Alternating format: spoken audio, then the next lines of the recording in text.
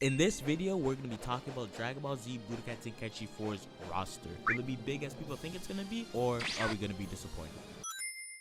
Now, Budokai Tenkaichi 3 is probably known for its huge character roster. Now, Tenkaichi 3 alone features 98 characters, and that's not including forms. If you bring forms into it, that number goes up to 161, making it the largest roster in fighting games of all time. Since Tenkaichi 4 is a direct upgrade from that game, a lot of people are speculating and assuming that we're going to get even more characters than that. And Dragon Ball has a lot of characters that they can introduce. We have the entire Super Series, and we even have some of the newer movies with newer characters that they can introduce into the game.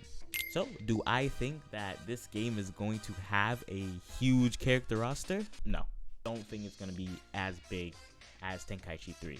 Now, the reason why I think that is because if you take a look at the characters in Tenkaichi 3, I'm not gonna lie, a lot of them are kind of like throwaway characters or characters that like no one will ever play. Like we have Pilaf Machine or like General Blue or like Dr. Wheelo. Those characters, I wouldn't want the developers wasting time making those characters. This happens with every single Dragon Ball game.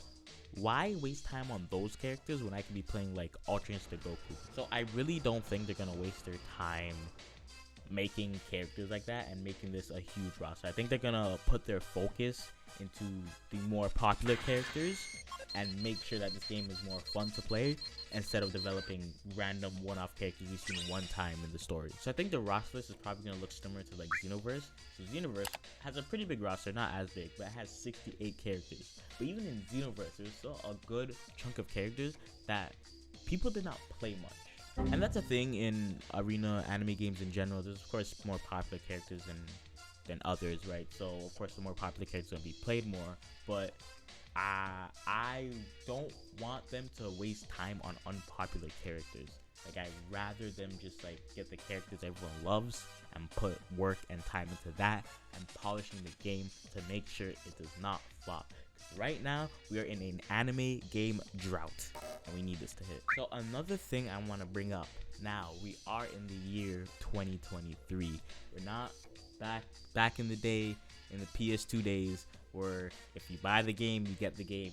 We now have DLC. Now DLC has to be like the worst when it comes to games, because nowadays you buy a game and like you have to pay an extra like $30 for an expansion pack, $50 for a season pack, and then like $2 for but yeah, I do think that this game is gonna have DLC in it. I mean, it's like every game nowadays has DLC. I do think they're gonna gatekeep a lot of the newer characters to be DLC. Like, for example, I'm bringing some movie characters like Beast Gohan. I don't think Beast Gohan's gonna be on release. I think he's probably gonna be like a DLC character. But yeah, I do think that this game is going to have DLC. It kind of does suck, but I do think they are gonna gatekeep a lot of characters into the DLC method.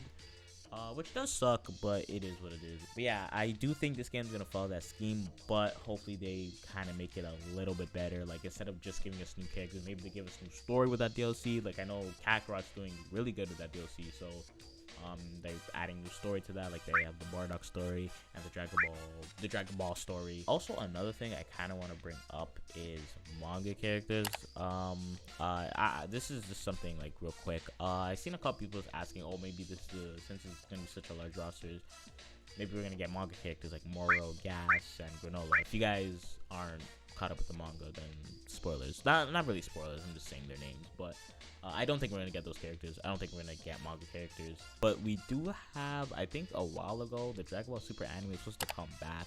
So I think we have to wait for that to come back before we get those characters in this game, which I'm super excited to see, because I read a little bit of the manga and those characters are cool. So playing as them in a Dragon Ball game would be amazing. So yeah, those are my thoughts. Let me know what you guys think in the comments below. Do you think that we are gonna get a crazy character roster? They're gonna put almost every character you see. They're gonna put the random civilian from West Blue or East Blue, West City. So I watched One Piece.